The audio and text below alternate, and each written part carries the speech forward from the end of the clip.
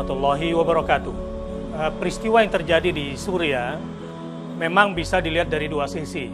Pertama dari sisi politik global ansih atau dari sisi peta akhir zaman berdasarkan panduan-panduan ayat-ayat Al-Quran dan Sunnah Rasulullah SAW.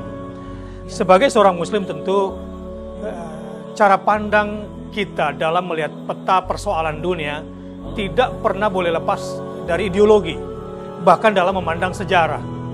Karena seperti kita ketahui, ketika sejarah sudah kering dan hilang dari ideologi, maka yang terjadi adalah tentu penistaan terhadap agama.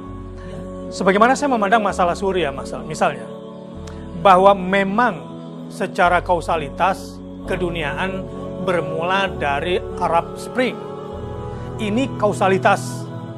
Jangan kemudian dipisahkan seakan-akan tidak ada keterlibatan Tuhan yang sudah merekayasa tentang peristiwa akhir zaman. Berdasarkan peristiwa akhir zaman, berdasarkan hadis-hadis dan gambaran-gambaran tentang akhir zaman yang ditulis oleh para ulama, berdasarkan juga informasi-informasi dari Al-Quran dan Sunnah, maka apa yang terjadi di Suriah pada saat ini adalah bukan semata-mata masalah politik global.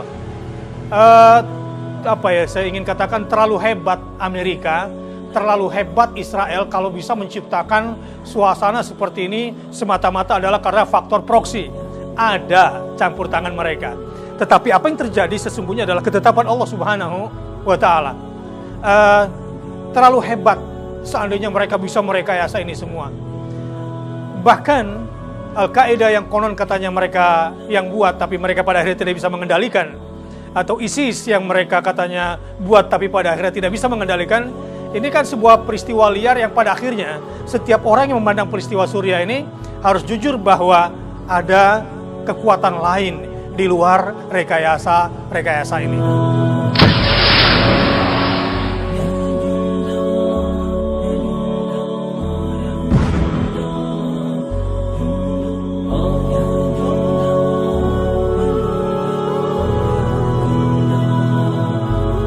Ini adalah permulaan akhir zaman.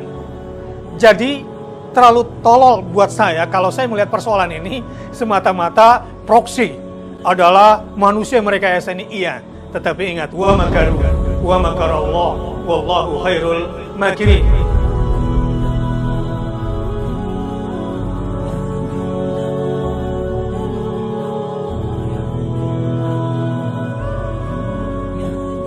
Orang-orang yang berjihad di bumi Suriah bukanlah orang yang sebodoh kita kira. Mereka para ulama, dibimbing oleh ulama. Bahkan kalau boleh kami katakan, orang yang paling mengerti tentang Suriah adalah orang Suriah itu sendiri. Dan yang paling jernih melihat persoalan ini adalah ulama Suriah.